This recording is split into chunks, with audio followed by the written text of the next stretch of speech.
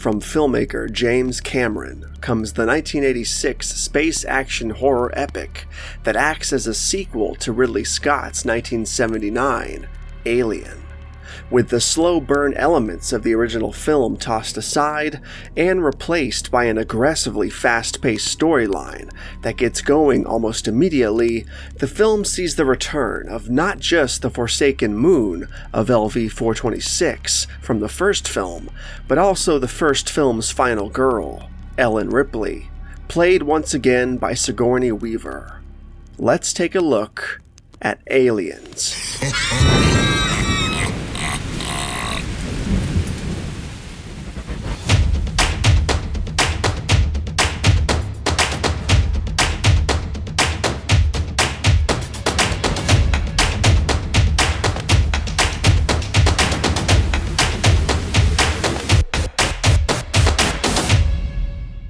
If you've seen my review of the original Alien, then you already know how much I enjoy Aliens and have enjoyed Aliens since I was a kid, having always preferred this 1986 sequel over the first movie, by far. I attribute a lot of that, especially when I was a kid, to the more frenetic pace of Aliens compared to the subdued and Kubrick-esque presentation of the original. With that said, I'm not saying that faster-paced movies are inherently better than slower ones by their very nature, but in this instance, there's just something about Aliens that hits way harder than the 1979 film. I liken it to the Terminator/T2 debate. Both of those movies are great films in their own right, but when you put up T2 against its predecessor, at least for me, it's no contest. T2 wins on almost every front. Aliens wins in similar fashion when put up against Alien. And again, that's not to say Alien is at all a bad movie. I love that film. But Aliens is just...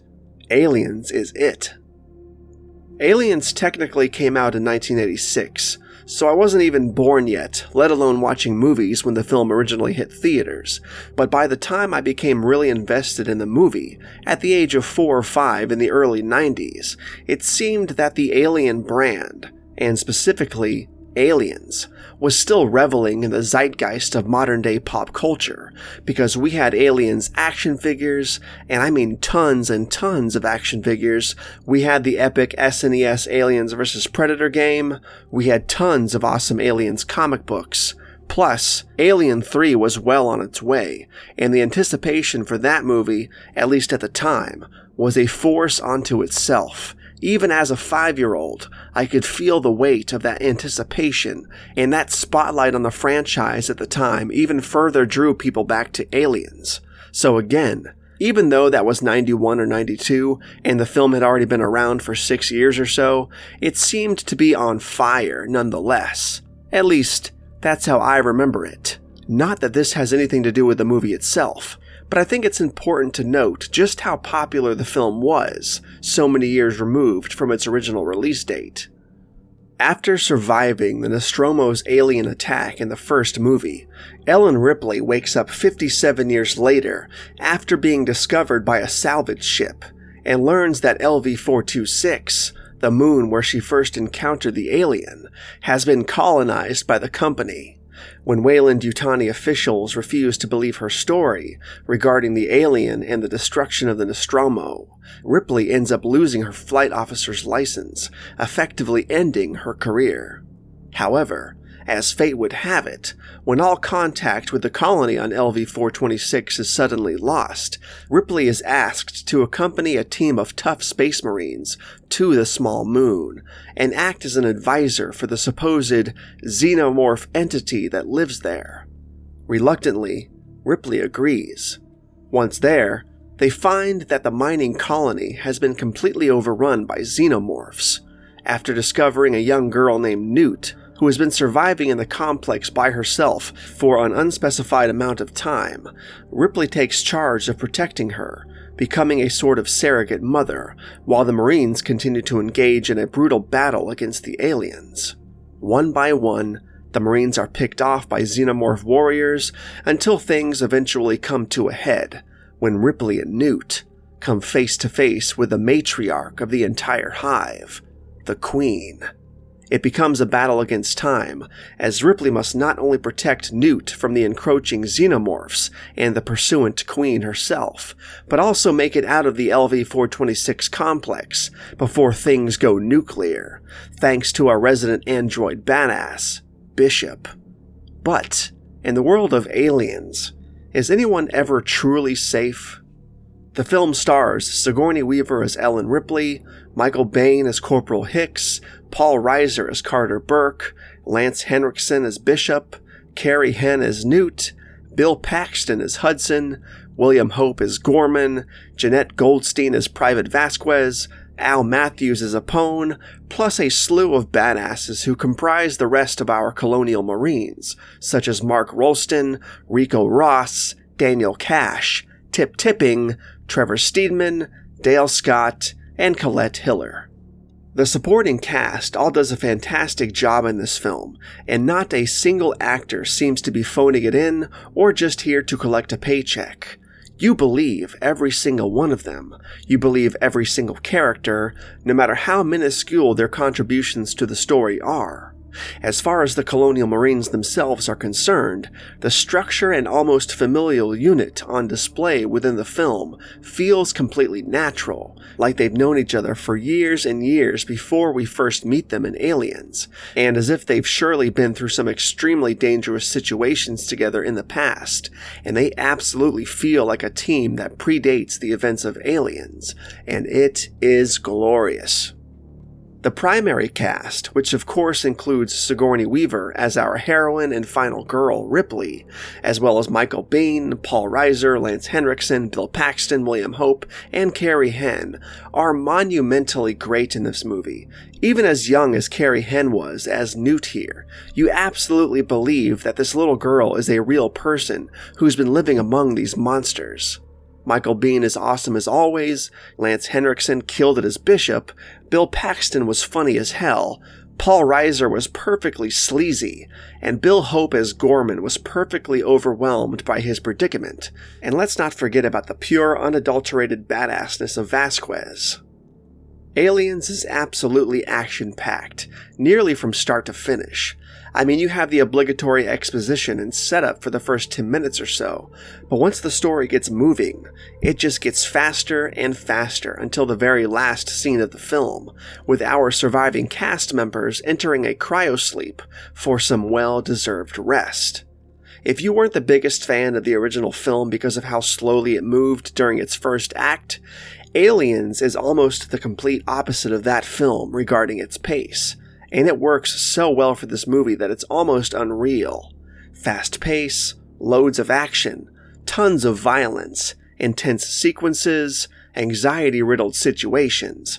I mean, the chaos just snowballs in this movie, unrelenting in its pace, and only a few small moments of calm in between these scenes to give you a few seconds to breathe. The filming of Aliens took place, for the most part, at Pinewood Studios, with the Alien Hive set being filmed in a decommissioned power plant in London, the same location used for the Axis Chemicals plant 3 years later during the filming of 1989's Batman. The production design of the film brought a visual language and life to Aliens that still feels similar to the world of the original film, but feels different enough at the same time to establish Aliens as its own thing. H.R. Giger, the designer of the alien creature from the first film, was unable to work on the movie Aliens due to contractual obligations with another film, so special effects creator Stan Winston was brought in as his replacement.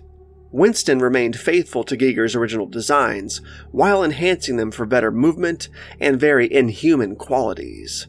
The aliens were played by dancers and stuntmen in lightweight costumes that allowed for quick movement, with only 12 alien suits made for the film.